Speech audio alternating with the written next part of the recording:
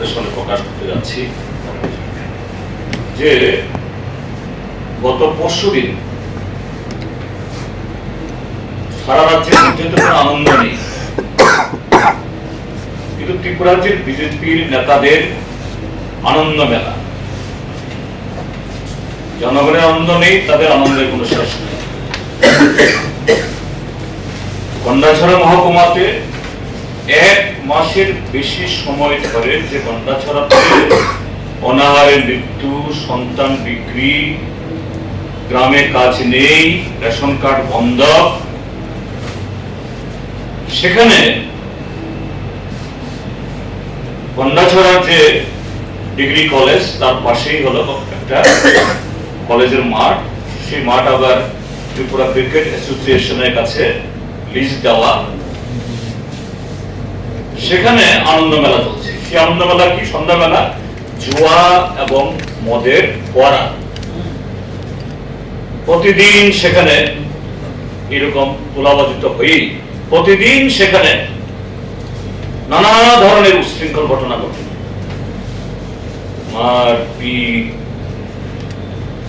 মেয়ে ছেলেদের উপরে শ্লীলতাহানি, সর্বশান্ত হয়ে যাচ্ছে সেখানকার পরিমাণ।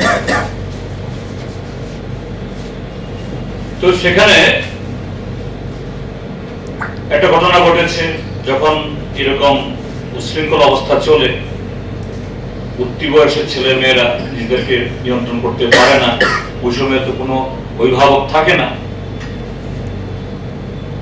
দুই গ্রুপের মধ্যে এই ধস্তাধস্তি হয়েছে, সেখানে আবার কিছু লোক থামাতেও যায় তাদের মধ্যেই।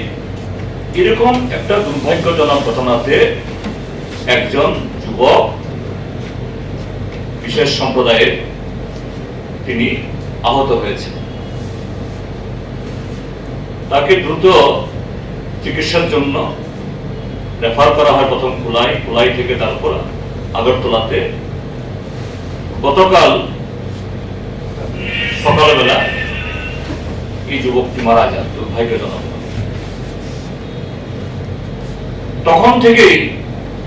তখন থেকে শুধু নয়, তার আগে থেকেই, ঘটনার পর থেকেই এলাকাতে থমথমে ভাব। সকাল থেকে দুপুর আরো বেশি হচ্ছে, বাজারে কেউ উঠে না। সন্ধ্যার দিকে এই যে দুর্ঘটনা বা এই সংঘর্ষের যে এই মৃত ছেলেটির লাশ যায়, সেখানে পৌঁছে তারপরে তাণ্ডব সৃষ্টি হয়। রাতেবেলা অসংখ্য বাড়িঘর, দোকানপাট পুড়েছে, লুট হয়েছে, গবাদি পশু জীবন্তভাবে মারা গেছে, শিশু, মহিলা প্রাণ রক্ষার্থে জঙ্গলে গিয়ে সারা রাত, গতকাল অল্প বিস্তর বৃষ্টিও ছিল, এই অবস্থার মধ্যে না খেয়ে না দিয়ে রয়েছে। কিন্তু দুর্ভাগ্যের, সকাল থেকে যেহেতু উত্তেজনা, সেখানে পুলিশ ছিল না তা নয়। আমি এই খবরগুলো জানছিলাম এই সালেমাতে বসে বসে, তখনই আমার ডিএম এর সাথে কথা হয়। আমি ডিএম কে বলি, আপনি আরো ব্যবস্থা নিন, এসপি কে পাঠান সেখানে। বলছেন স্যার এসপি যাবে, আমি দেখবো। কিন্তু এসপি পরে খবর নিলাম গেছেন, কিন্তু তারপরও এই ঘটনা থামাতে পারেনি। প্রায় রাত 2টো অব্দি তাণ্ডব চলেছে। আজকে সকালবেলা যারা জঙ্গলে লুকিয়েছিলেন সবাইকে জড়ো করে সেখানে আনা হয়েছে, এবং এদেরকে, যাদের ঘর বাড়ি নেই, স্বাভাবিক কোথায় থাকবে, প্রশাসন থেকে চেষ্টা হচ্ছে। তো আমরা এই ক্ষেত্রে বলবো, প্রথমত এই ঘটনা এটা দুর্ভাগ্যজনক, এবং আমাদের পার্টির তরফ থেকে আপিল করব,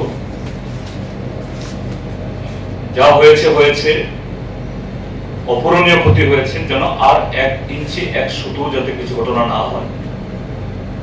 এ থেকে কোনো ধরনের সম্প্রীতির বাতাবরণ নষ্ট না হয়, সমস্ত সুবুদ্ধি সম্পন্ন মানুষ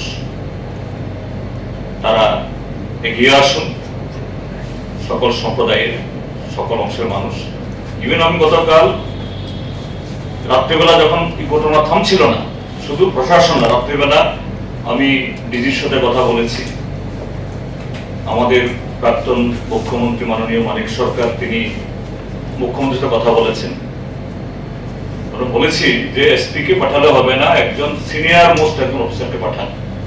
ডিজি সাহেব তখন বলেন ঠিক আছে, আমি একজন আইসি কে পাঠাচ্ছি। তো শুধু তাদের সাথে না, যেহেতু এই সময় এতে সবাই এগিয়ে আসা দরকার, আমি বিজেপি নেতাদেরও ফোন করেছি যাদের সাথে আমার পরিচয় আছে, আপনারা নামুন, সবাই মিলে যদি নামেন, চেহারা দেখান, কথা বলেন, থামানো যাবে। তো আপিল করছি, কিন্তু এর পেছনে একটু বলা দরকার কেন এই ঘটনাটা ঘটল। যে এখন বর্ষার সময়, বর্ষার সিজন,